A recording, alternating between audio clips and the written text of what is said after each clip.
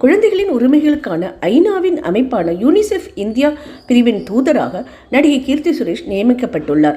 இது தொடர்பாக UNICEF India வெளியிட்டுள்ள செய்திக்குறிப்பில் தமிழ், தெலுங்கு, மலையாளம் உள்ளிட்ட மொழிகளில் நடித்து பாராட்டு பெற்ற கீர்த்தி சுரேஷ் தற்போது பாதிக்கப்பட்ட குழந்தைகளுக்காக யூனிசெஃப் எடுக்கும் முயற்சிகளை ஆதரிக்கும் பிரபலங்களின் குழுவில் இணைந்துள்ளார்.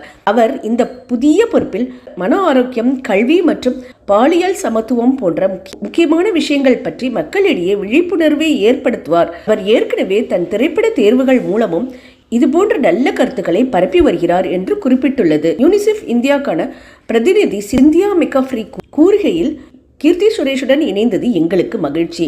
ரசிகர்களுடன் அவருக்கு இருக்கும் ஆழமான தொடர்பு குழந்தைகளின் உரிமைகளுக்காக பேச ஒரு சக்தி வாய்ந்த அமைப்பை உருவாக்குகிறது. மிகவும் பாதிக்கப்பட்ட குழந்தைகள் உட்பட ஒவ்வொரு குழந்தையையும் சென்றடையும் எங்கள் இலக்குக்கு அவர் நிச்சயமாக உதவுவார் என்றார்.